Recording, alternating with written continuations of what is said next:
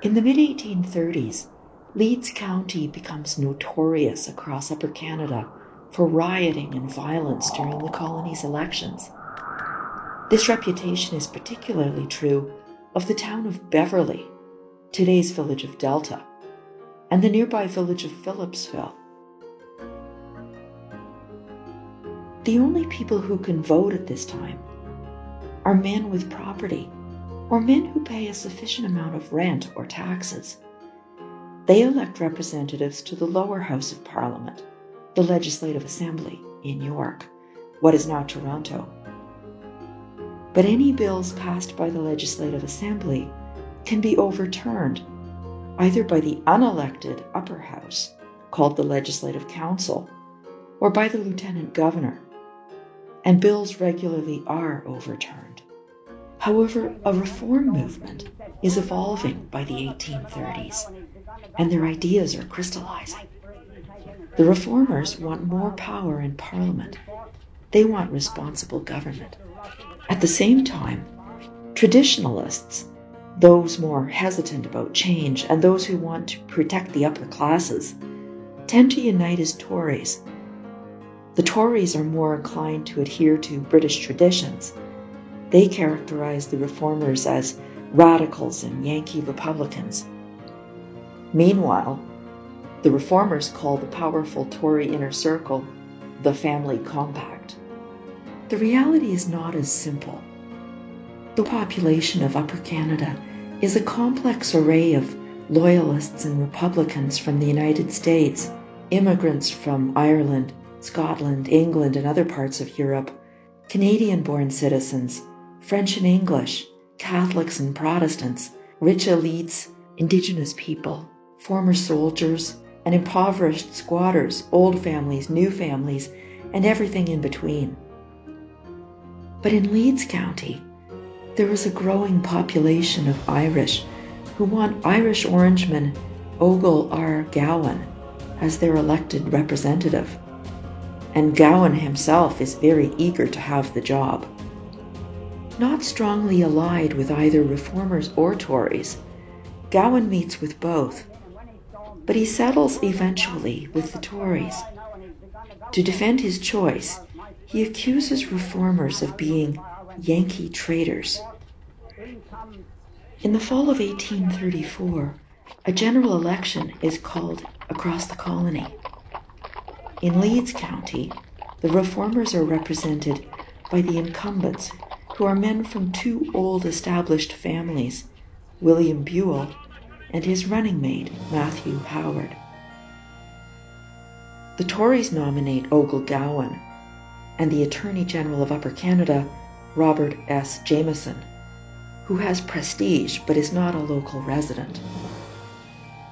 Jameson is able to use his influence with the Lieutenant Governor, His Excellency Sir John Colborne, to slant the election in Gowan and Jameson's favor. The Lieutenant Governor achieves this by decreeing that the remote town of Beverley, now Delta, will be the sole voting location in the entire county.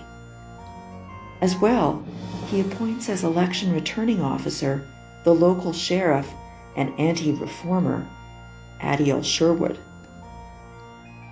The area around Beverley is a hotbed of Orangemen and Gowan supporters who have a history of organized violence as well as recent paramilitary training.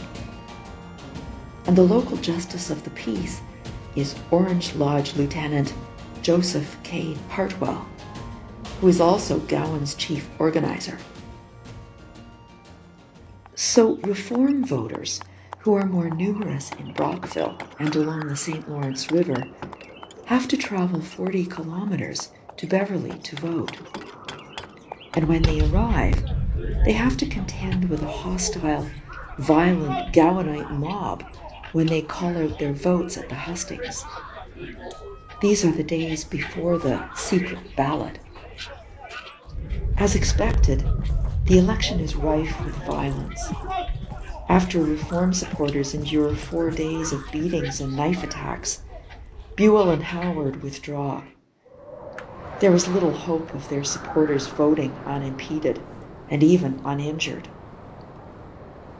Gowan and Jameson are declared the winners, but their victory is overturned by the majority Reform Legislative Assembly in York.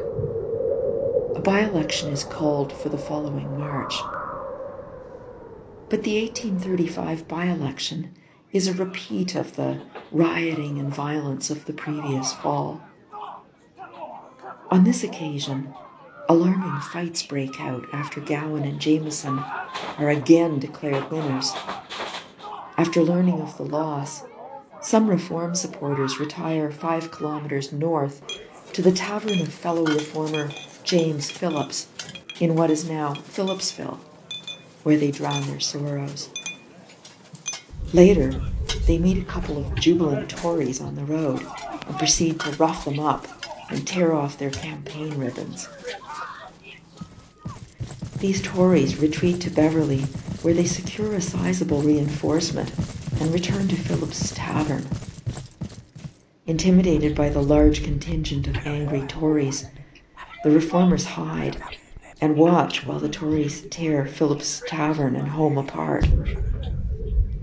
Unable to watch his property being destroyed, James Phillips charges in, swinging a huge cudgel, and single-handedly chases off the Tories. But when the dust settles, one Gowan supporter, Edward Rusick, lies dead. Phillips is charged and stands trial for murder.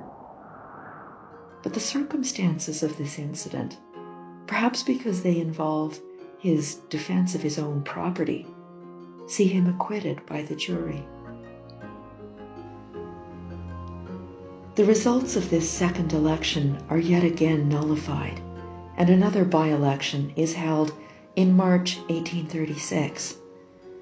But this time, with outrage across Upper Canada and a new lieutenant governor, 4 polling stations are established across Leeds County, enabling a fair vote.